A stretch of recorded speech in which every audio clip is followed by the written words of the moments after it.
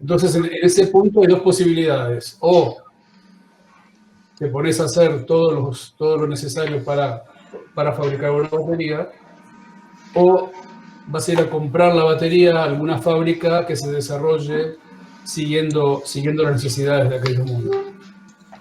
Lentamente desaparecen los armadores, van desapareciendo, en especial los más chiquitos, y se van formando fábricas, lo que llaman fábricas integrales de batería.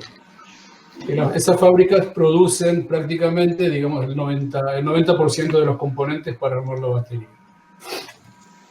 Sigue, no voy a entrar en tiempos, pero más o menos ese fue el desarrollo. También empieza la industria de la batería, empieza a tecnificarse mundialmente. Procesos más automáticos. Las fábricas de Argentina no, pero las fábricas de Brasil, fábricas de Europa, empiezan a crecer y a producir de forma mucho más eficiente. Nosotros en Argentina estábamos siempre un poquito para atrás, y eso es lo que dejó que fábricas sigan desarrollándose a un tamaño adaptado a la necesidad del mercado, pero no siendo una multinacional o una fábrica grande, como seguimos viendo en este momento en Brasil y en todo el mundo. En cierto punto, digamos, en los últimos 12 o 14 años, el mercado sigue creciendo, Zermatt queda concentrado muy en el sur, no es conocido en otras zonas del país, se produce y se vende, se implementan los procesos de producción de todos los componentes, pero nos quedamos mirando en ese mercado, muy concentrados en lo que es hacer la batería mejor, mejorar procesos de producción, un principio de automatización en las líneas de producción, siempre mirando al mercado existente del sur y un poquitito más en Buenos Aires, pero no mucho más que eso. Llega un momento en el cual la batería importada empieza a pisarnos los talones. Dejemos todos los vaivenes económicos, si convenía o no convenía, pero la realidad es que la batería importada empezó a entrar en Argentina, empezó a competir con el mercado local. Y para variar, en cierto momento, el gobierno le da a una fábrica brasilera, el gobierno argentino, ¿sí?, una ayuda muy grande para hacer una fábrica en Buenos Aires o en el país, mirando la necesidad de los terminales que usaban la batería. Se llama Moura, no sé si alguien conoce el nombre, pero mirando esa necesidad, el gobierno le da a Moura hace 10, 11 años un crédito muy, muy cómodo para que supuestamente armen una fábrica de baterías completa, según los estándares brasileños y europeos, en el país. Ese fue una primera luz amarilla, digamos, del semáforo, en el cual empezamos a ver qué hacemos,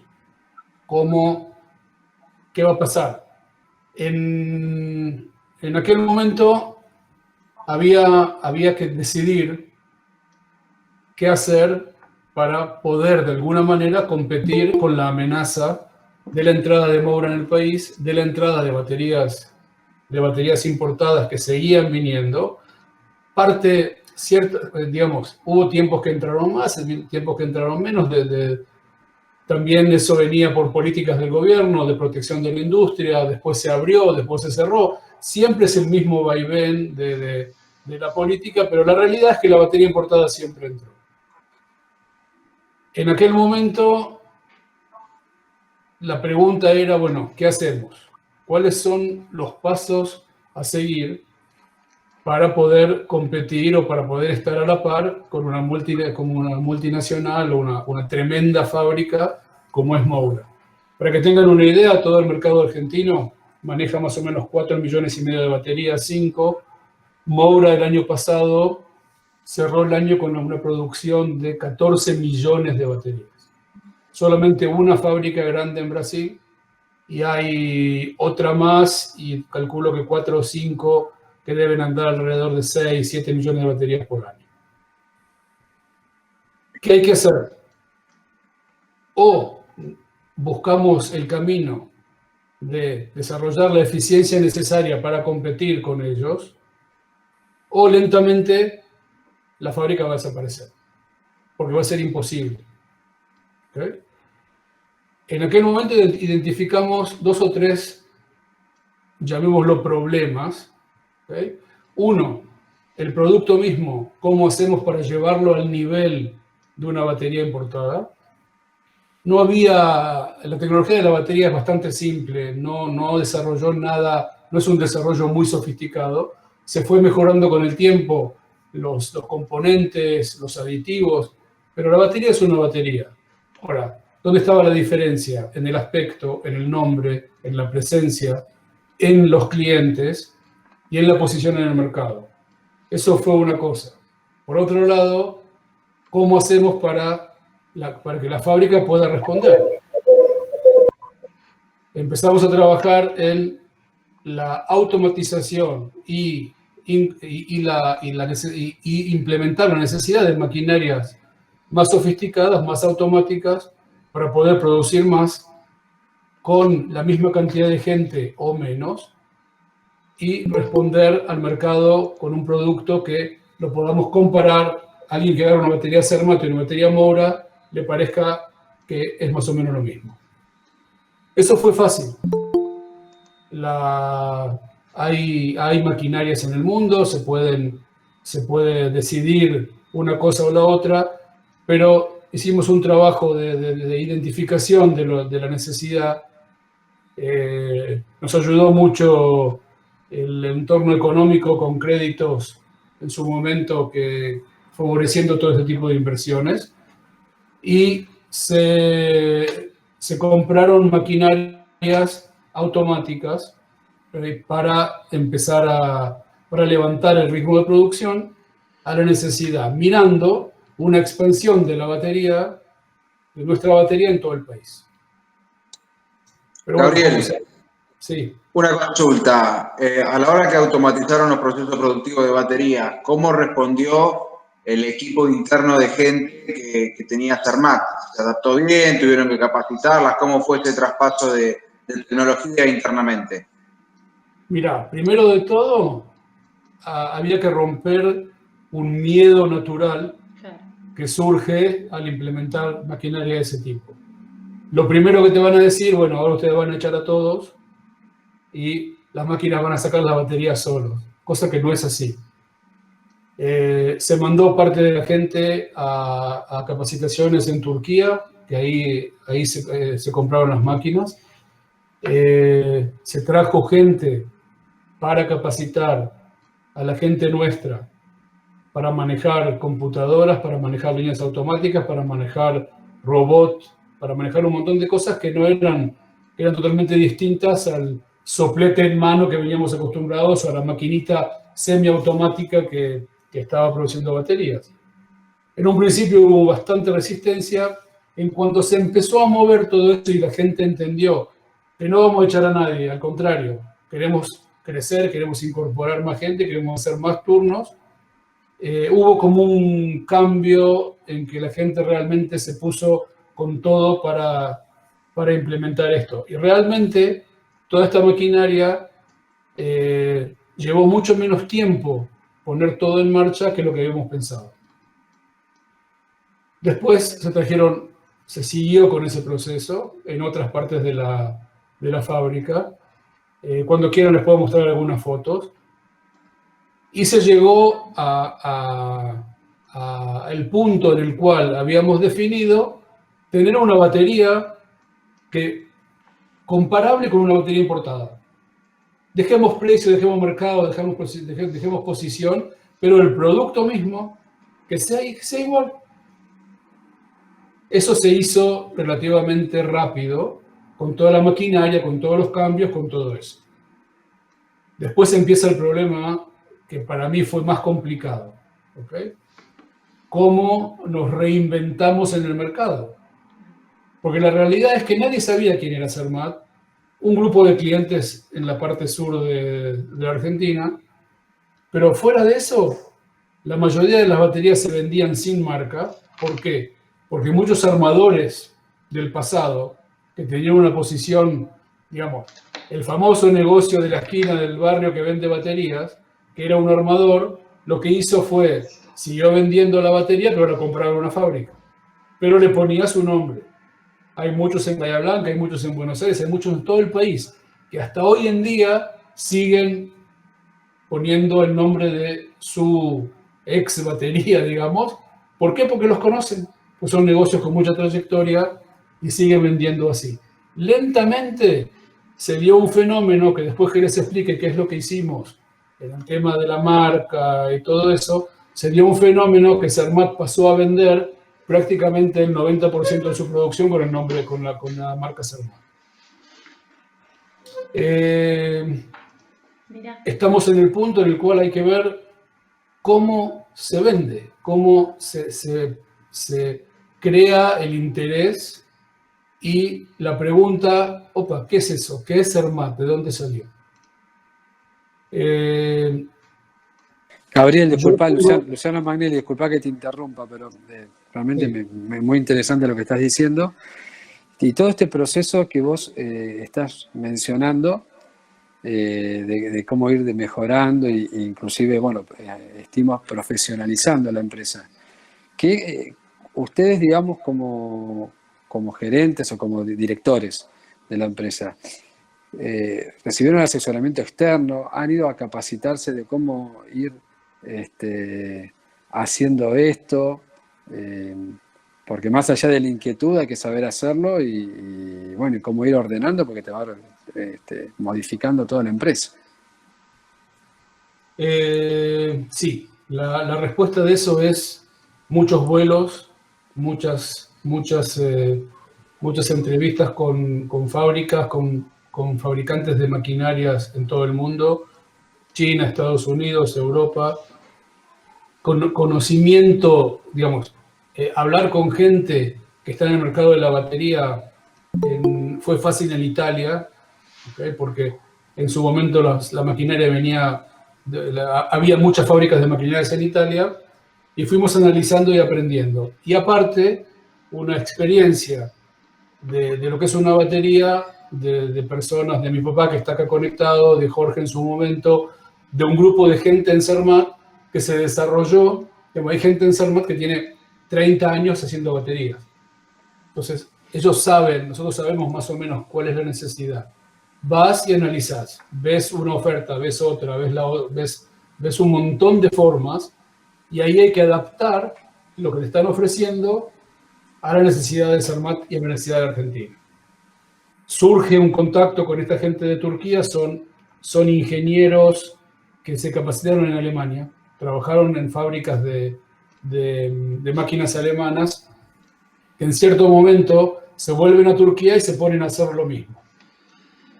Y bueno, nos encontramos con ellos, fuimos a Turquía más de una vez y fue una decisión de darle una chance a un grupo de gente para implementar por primera vez una línea de armado automática que ellos desarrollaron. Mucho trabajo de moverse y estudiar y ver y cómo implementar eso sobre Zermatt. ¿Okay?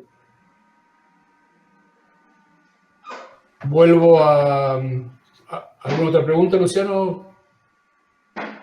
No, perfecto. Gracias, Gabriel. Fuera de eso, llega el momento, ¿cómo hacemos para que nos conozcan? ¿Cómo hacemos para que el nombre diga algo, la marca signifique algo? Y ahí también, yo sostengo que lo que no sabes hacer bien solo, siempre hay alguien que te puede dar un buen asesoramiento. Hay gente profesional en cada cosa.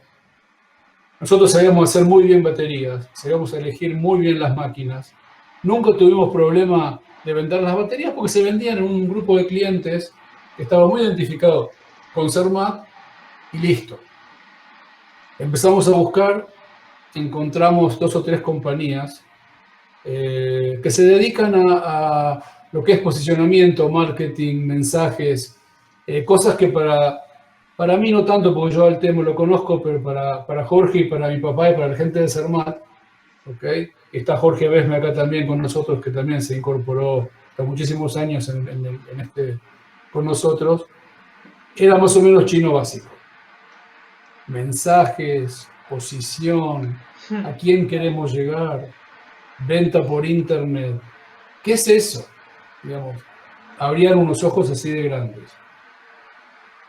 Finalmente contratamos una compañía que se llama Future Brand en Buenos Aires. Son los que hicieron el posicionamiento de aerolíneas, de Nespresso, de Ledesma, de un montón de monstruos. Cuando yo vine a hablar de Zermatt, medio que se rieron. La realidad es que el dueño de esa compañía es muy amigo de una parienta nuestra y por eso nos aceptó. Y largamos una campaña de ese tipo. Lo primero que hicieron, vinieron a Zermatt, hablaron con la gente, hicieron un diagnóstico y me preguntan, Gabriel, ¿cuál es el logo de Zermatt? Le digo, mirá, qué sé yo, la misma letra siempre, rojo, amarillo. Y lo primero que hicieron, me presentaron 12 logos distintos del calco de Zermatt, digamos, 12 versiones distintas, que ni yo y nosotros nos habíamos dado cuenta. ¿Por qué? Porque cuando le pedimos al calco, al que hace el calco, dijo, no tengo este color, pongo otro, o la letra le salió un poquito más torcida. Bueno, dale, hacelo. Entonces lo primero que nos dijeron es, tenés una muy linda señora, pero no saben vestirla. Y de ahí se desarrolla todo un trabajo de mensajes, de álbum, digamos, de manual operativo de la marca, hacer que se definen ellos definieron los objetivos de todo esto, qué es lo que tenemos que hacer. Y siempre hay cosas que se dan, que no hay un plan exacto, pero no sé, no me acuerdo si fue Jorge Binocur o quién se encuentra en algún momento con alguien de Olimpo y sale el tema de poner el nombre Zermatt en la camiseta de Olimpo. Olimpo en aquel momento estaba en primera y de un día para el otro apareció en la espalda de los jugadores de Olimpo Zermatt, con un logo nuevo, con un mensaje nuevo, con un montón de cosas que antes no existían. Se larga eso, se hace una serie de eventos, ¿okay? En Bahía Blanca, tenemos a todos los clientes, invitamos clientes potenciales. La foto mía que está ahí en la invitación para acá es la foto de la presentación que hicimos en aquel momento. Mostramos las máquinas, toda la línea automática y todo eso, y la gente se quedó con la boca abierta. Mucha gente, clientes nuestros, incluso en Bahía Blanca y en la zona, no tenían la menor idea de qué es lo que es Zermatt, a dónde se llegó. Y empezó, no sé, nosotros intentamos muchísimas veces entrar en Córdoba, entrar en el norte, entrar en un montón de lugares que no lo podíamos hacer porque no sabía ni siquiera quiénes somos. Se hace eso, se define una política de venta distinta, incorporamos 2 o 3 personas de afuera para llevar a cabo todo esto y salimos totalmente de otra manera al mercado. ¿Okay? Llevó tiempo, fue difícil, pero si ustedes miran la página de Zermatt, en este momento las baterías Zermatt con el nombre Zermatt están de norte a sur prácticamente en todo el país. Entonces, hablamos de 2 procesos de reinventarnos, como llamaron ustedes ahí el primero, el tema de producto, de sacar una buena batería que esté a la par de los productos importados que están en el mercado. La segunda fue cómo se hace un cambio, rotundo en el concepto de la gente. Y cuando esta gente de Future Brand vino, me dijo, mira, el primer objetivo es que la persona que a la mañana va, se sienta en el auto y no le arranca, lo primero que piense, yo quiero una batería Cermat. ¿Okay? Se hicieron un montón de cosas, mensajes, se hizo una campaña de publicidad, se cambiaron carteles. Era un manual más o menos de unas 80 páginas. Se hizo un video demostrando un brand video que estuvo mucho tiempo en las redes circulando, y se llegó a más o menos cubrir todo el país. Y lo más importante es que repito, no sé si el 90 o el 95% de las baterías que estamos vendiendo o que se distribuyen en todo el país van con la marca Cermat. Y eso es lo que eso es lo que posesiona. Aparte de eso, hay un trabajo también de reinventar la política de venta. Seriedad, crear con los clientes un tipo de sociedad que les sirva a ellos y nos sirva también a nosotros. Ir viendo quiénes son los clientes, cuáles son las necesidades. Es distinto un mostrador grande en la ciudad de Córdoba o un distribuidor de baterías de muchísimos años en Buenos Aires o en otro lugar. Los depósitos nuestros y la gente nuestra de venta fue adaptándose a cada uno de los distintos clientes. Y se llegó a una situación en la cual les dimos soluciones adaptadas para su necesidad, cosa que nadie lo hacía. Las otras fábricas hasta hoy en día agarran la batería, la ponen así, esto es lo que hay. No. Vamos a ver qué necesitas. Necesitas una manijita, necesitas un nombre, necesitas algo distinto sobre la batería. Se fue haciendo un trabajo en el cual los clientes sintieron realmente, hablo de todos, ¿no es cierto? Sintieron que tienen un socio como un proveedor y no una persona que quiere solamente venderle y cobrar. La relación que tenemos hoy con todos nuestros clientes es excelente. Es muy buena. Nosotros como política no hacemos cambios muy grandes en nuestra forma de vender. Ellos saben exactamente que si Cermat tiene que aumentar un 5%, lo aumenta por una necesidad y por una realidad, y no porque quiere ganar más plata, sino porque tenemos que mantener cierto equilibrio. Y de esa manera se llegó a lo que se llegó. Se hace lo que estamos haciendo en este momento. Pienso que, digamos, no sé si es muy objetivo que yo lo diga, pero en lo que es posición, seriedad, acceso al mercado, yo estoy convencido que Cermat es la fábrica número uno, es la marca número uno del país. No en cantidad, no en presencia realmente en todo el país, pero en eso sí.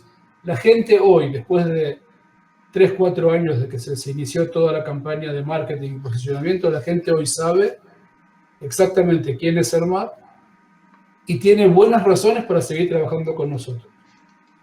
No somos la batería más barata, hay baterías más baratas, pero somos un proveedor que el cliente sabe que le vamos a seguir proveyendo las baterías sin ningún problema. Pase lo que pase, digamos, no faltan en nuestro país situaciones que pueden llegar a causar a fábricas que no produzcan o que dejen de trabajar por un tiempo. Hay muchos que aparecen y desaparecen. Hay una dinámica en el mercado conocida, ya saben exactamente quién es, pero en este momento se logró que se vea Cermat de esa manera. Aparte de eso, se tuvo que replantear todo el tema administrativo, cómo se maneja una distribución en todo el país. Es muy distinto cuando vos trabajás desde Bahía Blanca con un camión y medio que van hasta el sur y vuelven, cuando tenés que proveer a todo el país. Los puntos de venta que tenemos, Buenos Aires, Rosario, Córdoba, Mendoza, Mar del Plata, en el sur, en Chipoleti, en Neuquén, también en el Trelew, en la isla, en todos lados, operan como un punto de Cermat, aunque parte de ellos son distribuidores independientes. Pero están muy identificados con nosotros y eso le da a sus clientes una tranquilidad. Y bueno, aparte de eso, seguimos todo el tiempo viendo cómo podemos mejorar, cómo podemos también agrandar o expandir la producción, pero también cómo seguimos cuidando los niveles de calidad, los requerimientos de todo tipo para que el producto se mantenga en una primera posición. Gabriel, una consulta. Ya que tocó el tema de la logística, ¿utilizan a grandes clientes como centro de distribución para clientes más chicos en distintas provincias? Sí. ¿O la logística sale directamente puerta a puerta, como quien dice, de Bahía Blanca? No. Nosotros tenemos camiones propios y usamos mucho transporte. Digamos, el 60% de la producción sale a depósitos nuestros. En los depósitos tenemos gente que se ocupan de la logística, digamos.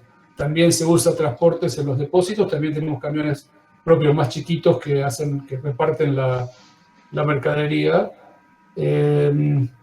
También hay casos en el cual clientes que le mandamos un camión entero, digamos, de Bahía Blanca que va especialmente, pero son muy pocos. Hoy en día, también otra cosa que se hizo, Cermat estaba muy, llamémoslo, encapsulado en clientes grandes.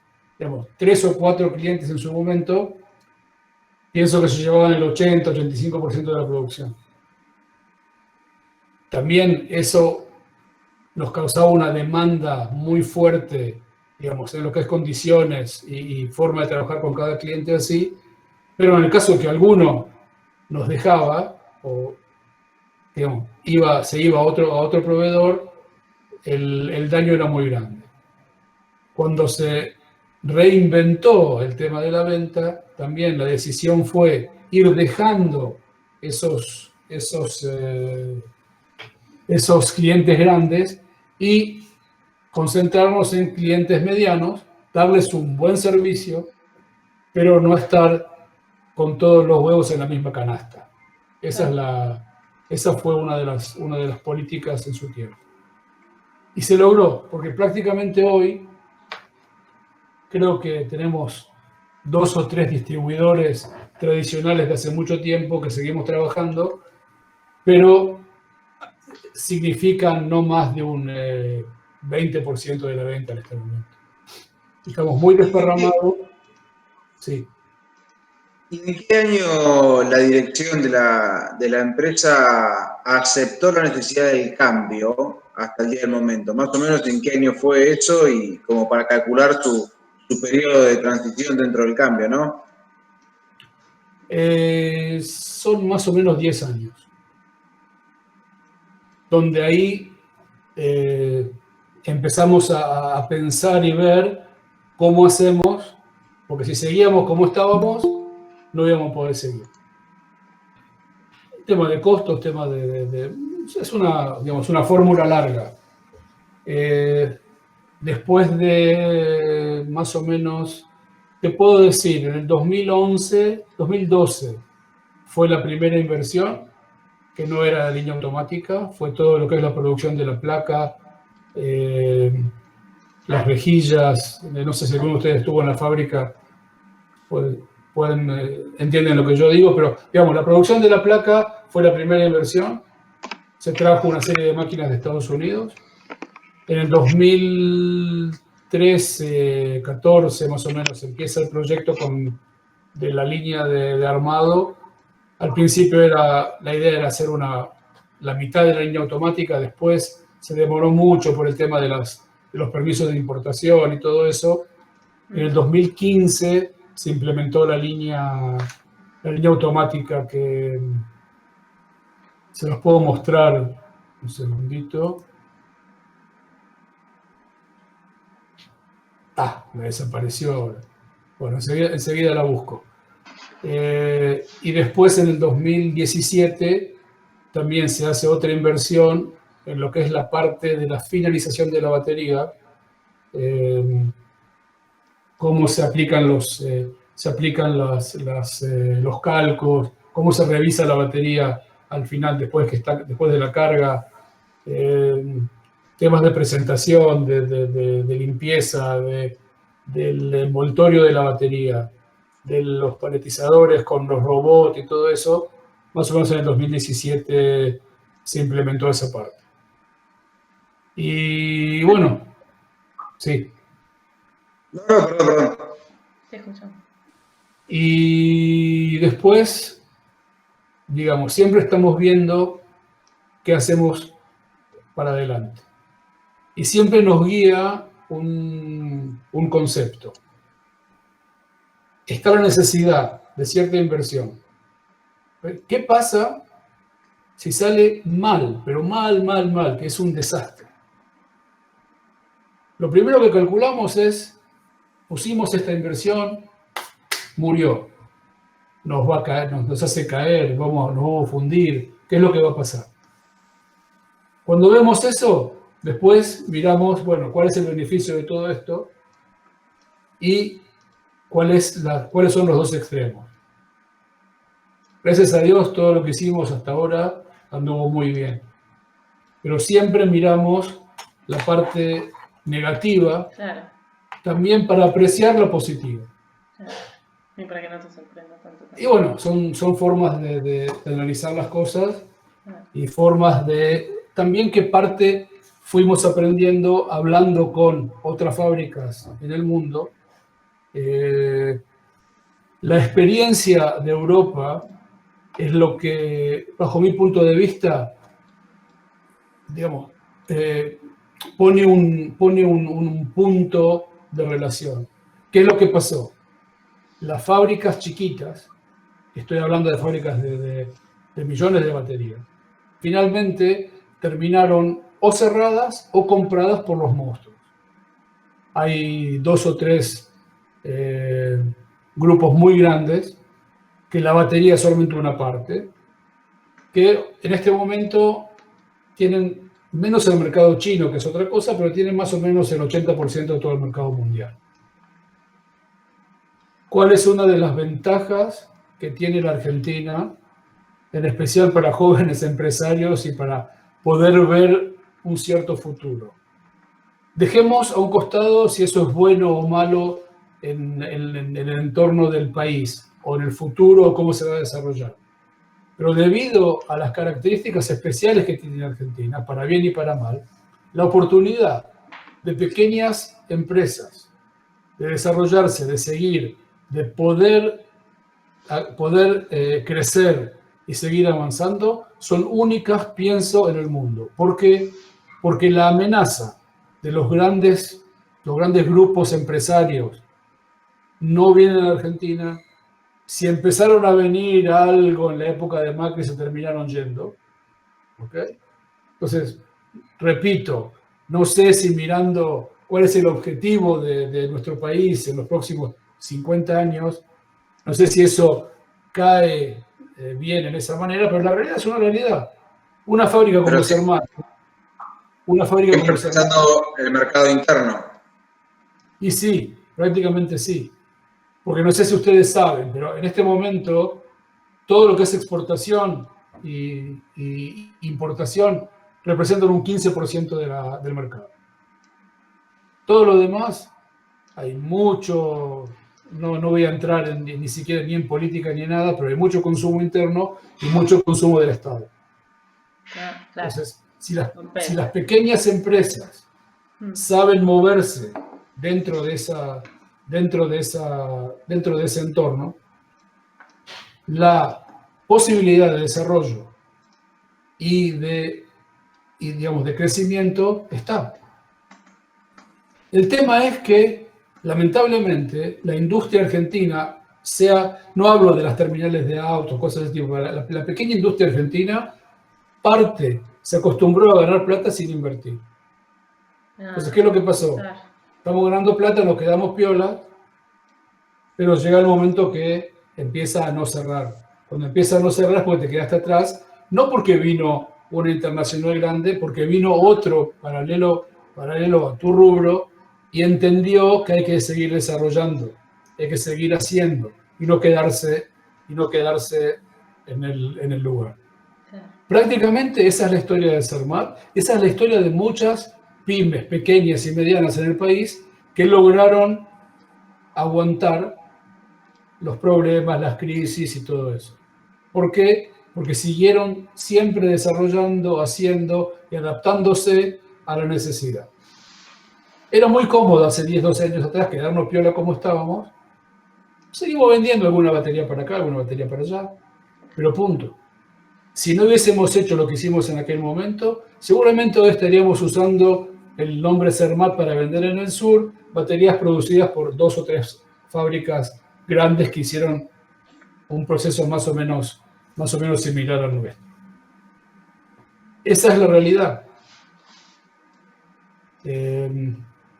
Gabriel, desde el punto de vista comercial, ¿es interés de la empresa, porque desconozco, ¿no?, proveer a las terminales automotrices? ¿No es su mercado? ¿Es su mercado y hoy en día están operando con ellos? ¿O se apuntan netamente al mercado quizás minorista o medio de consumo? Nosotros estamos totalmente dedicados al mercado de la reposición. ¿Okay? El tema de las terminales es un tema complicado porque los precios que ellos piden es más o menos mandarle un poquito de plata con cada batería. ¿Okay? Y están ahí muy metidas las baterías brasileras que entran al país con una serie de ventajas que es muy difícil competir. ¿Okay? Se intentó hacer algo. Te digo más. Una fábrica grande de Buenos Aires que se llama Unión Bat o Williard lentamente dejó, digamos, ellos reducieron muchísimo la presencia en las terminales. ¿Por qué? Porque Moura recibió una serie de ventajas en las cuales, ahora, ¿para qué querés vender una batería? ¿Para qué querés vender una batería en las terminales? Para que la persona que compra un auto nuevo, cuando se le termine la batería, busque la batería que tenía puesta en ese momento. Ahora, lamentablemente, ¿cuántas personas compraron autos nuevos en el país en los últimos 3 o 4 años? No muchas. Más te digo, el mercado del usado pasó a ser más significativo. Eso también es una cosa bastante atípica en el mundo y muy normal en Argentina. Mirando de vuelta lo que dije antes, de la oportunidad que produce la situación económica, política, los cambios, digamos, que tenemos ya los últimos, no sé, 50, 60 años en Argentina, pero si alguien se va a sentar a analizar, va a ver que es más o menos siempre lo mismo, con distintas características, distintas cosas, pero el proceso ese se va dando más o menos todo el tiempo igual.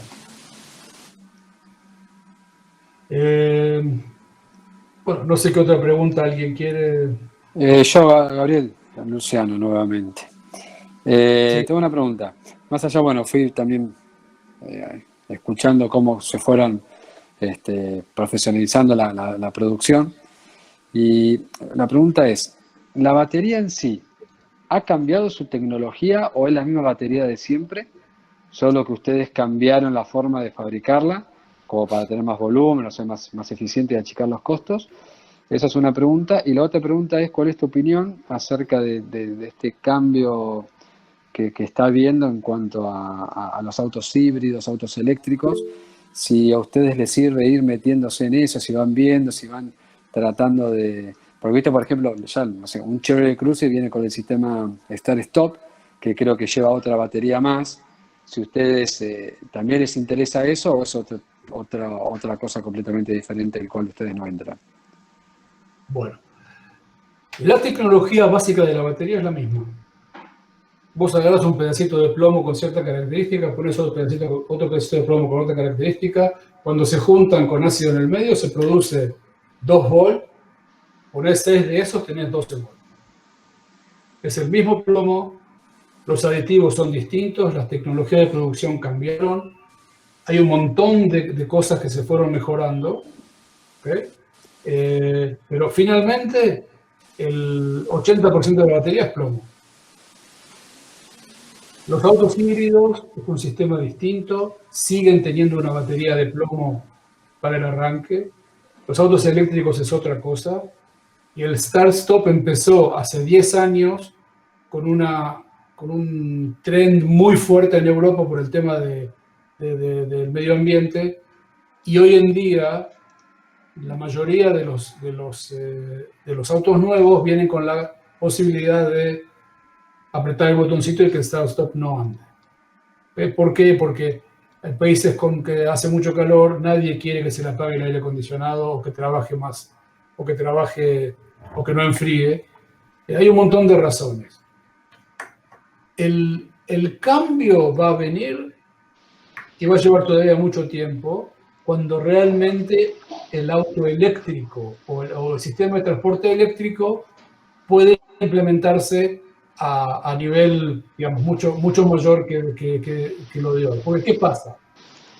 Si ustedes se fijan en lo que es el tema de impuestos, el tema de movimiento de capitales alrededor del petróleo y la nafta, la producción de autos y un montón de cosas, es un cambio muy fuerte en la economía mundial. Muy fuerte. Aparte, en paralelo a eso, van a desaparecer un montón de profesiones. El chapista va a desaparecer porque los autos van a ser autónomos. Los seguros no va a hacer falta. Hay un montón de aspectos que sabemos cuáles son, pero la implementación va a llevar mucho tiempo. En este momento, tenés muy pocos, guarda, tomando en cuenta la cantidad total de automóviles que hay, son muy pocos los autos realmente eléctricos, con una serie de limitaciones. Para mí, en Europa va a llevar por lo menos 20 años más, y yendo para el lado de Centro y Sudamérica, yo le doy 30 años para que eso pase, pero pienso que todavía me quedo corto. Alguien preguntó acá algo en el chat, un segundito. Sí, ¿qué es lo que impacta en el precio de la batería y en el precio de una batería de igual calidad a una importada y a un precio similar? Bueno, yo lo dije antes, ¿ok? Y no es porque somos una fábrica de baterías, pero en este momento no hay diferencia entre la batería que hacemos nosotros, ¿ok?, comparada con una batería brasilera. ¿Por qué? Porque los aditivos y las formas y las aleaciones del plomo con las cuales se hacen la placa y todos los componentes de la batería dentro son iguales. Hay un concepto que la batería importada es mejor, lo entiendo por una trayectoria, porque la batería importada está en las terminales, pero eso realmente en este momento no hay mucha diferencia. Nos puede pasar a nosotros que sacamos una tanda de baterías que no están bien, les puede pasar a la batería importada también. Más o menos es lo mismo. ¿Okay? Obviamente una fábrica que hace 10 o 12 millones de baterías por año tiene sistemas de producción más avanzados que los nuestros, pero finalmente el componente es igual y la calidad del armado es más o menos igual. Ahora, una batería nueva con un auto nuevo va a aguantar más que una batería en el mismo estado en un auto de 4 o 5 años. Hay desgaste de componentes, hay pequeños cortocircuitos, hay pequeños consumos en un auto que tiene 4 o 5 años que no se dan el primer día que el auto salió de la concesionaria. Lo que más impacta el precio de la batería es el costo del plomo y la materia prima. ¿Okay? En nuestro caso.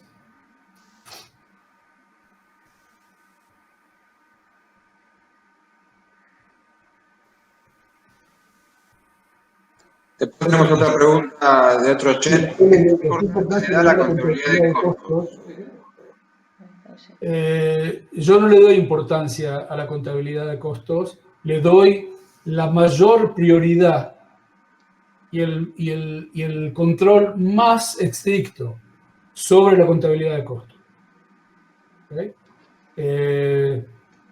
Llegamos a analizar profundamente toda la estructura de costos, viendo siempre cómo se puede mejorar y cómo se puede digamos, ir reinventando el tema.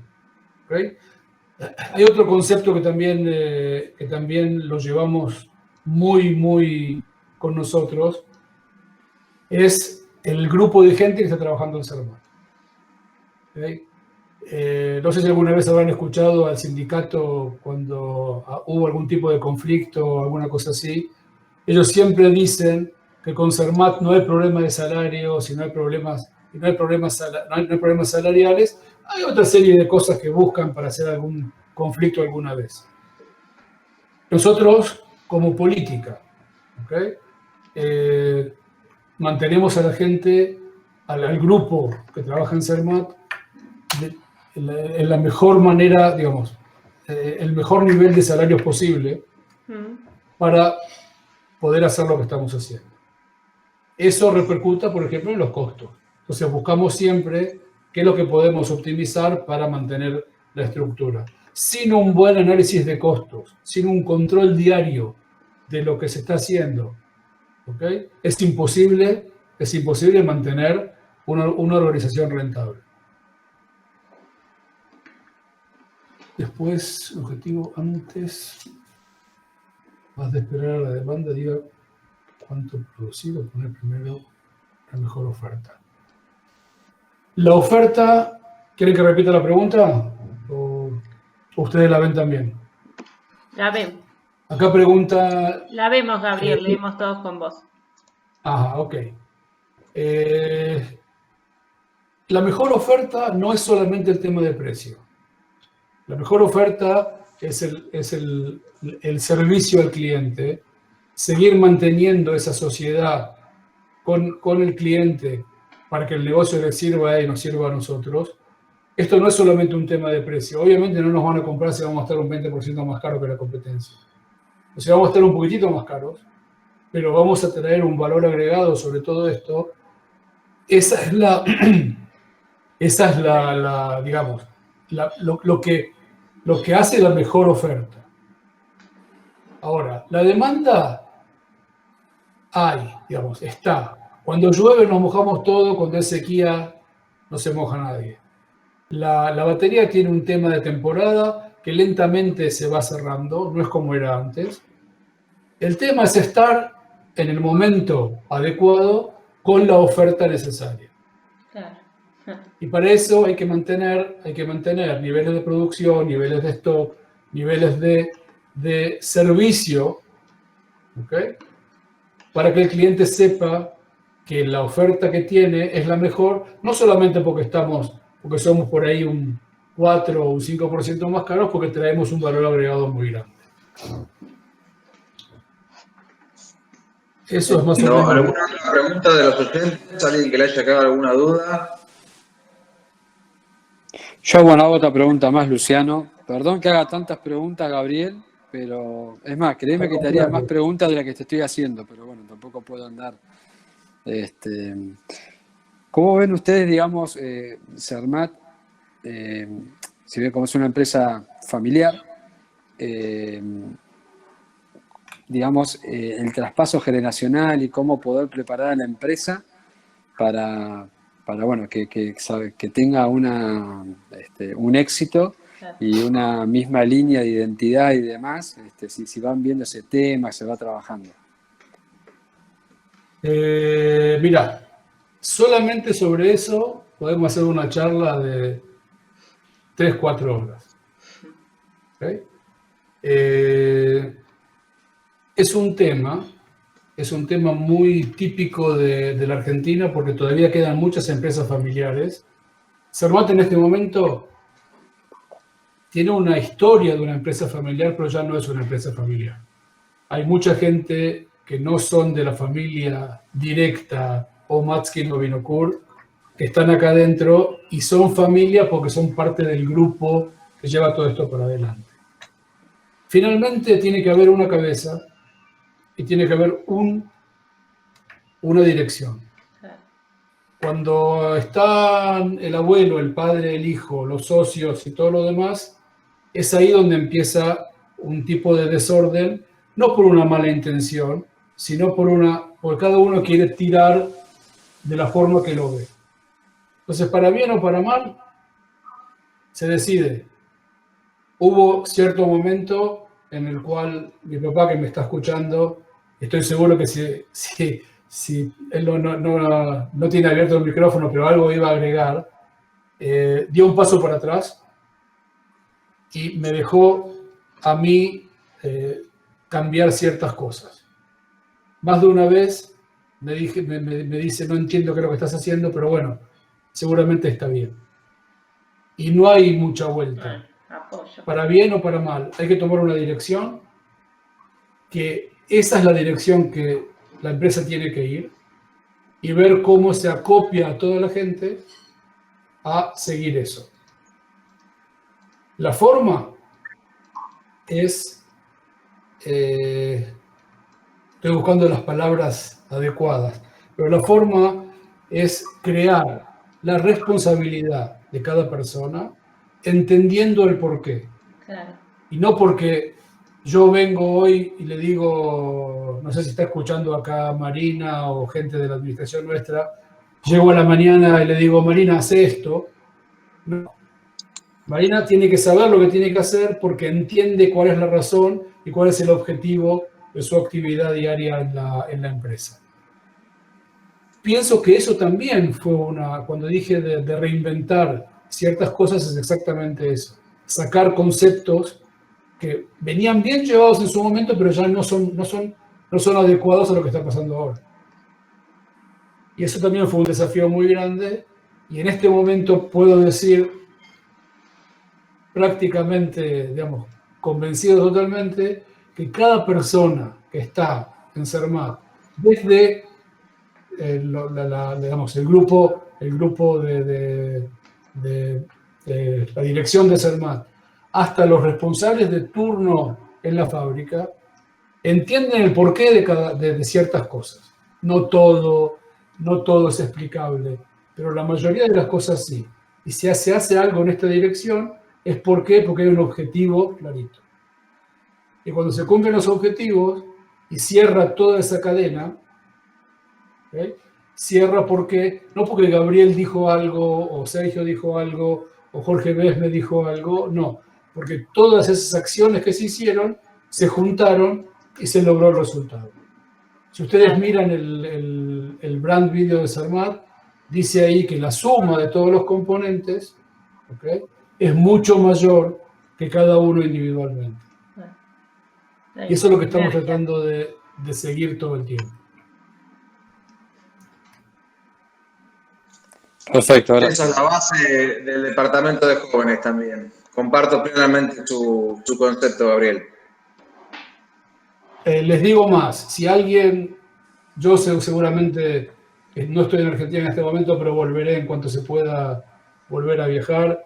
Si alguno de ustedes quiere reunirse, ver, hablar un poco, con mucho gusto, Lucía, si ustedes quieren organizar algún tipo de encuentro de ese tipo, estoy disponible para cualquier cosa. Ok. Gabriel, no lo quiero demorar más, ya es tarde noche allá en su lugar, así que lo liberamos. En principio, muchísimas gracias nuevamente en nombre de toda la institución y la comunidad, porque hay mucha gente que no es de la institución. Así que muchas gracias por su tiempo, su disponibilidad y por abrirnos las puertas de su casa para comentarnos sobre su empresa. Bueno, muchas gracias a ustedes por la oportunidad de compartir un poco de la experiencia nuestra. Espero que dentro de, no sé, 5 o 6 años hagamos otra, o por ahí antes, demostrando o hablando de lo que pasó desde hoy para adelante. Y bueno, mucho éxito a los jóvenes emprendedores que ponen fe en todo esto y siguen adelante. Listo. De mi lado estamos. Muchas gracias, Gabriel. Y muchas gracias a todos por participar de este encuentro.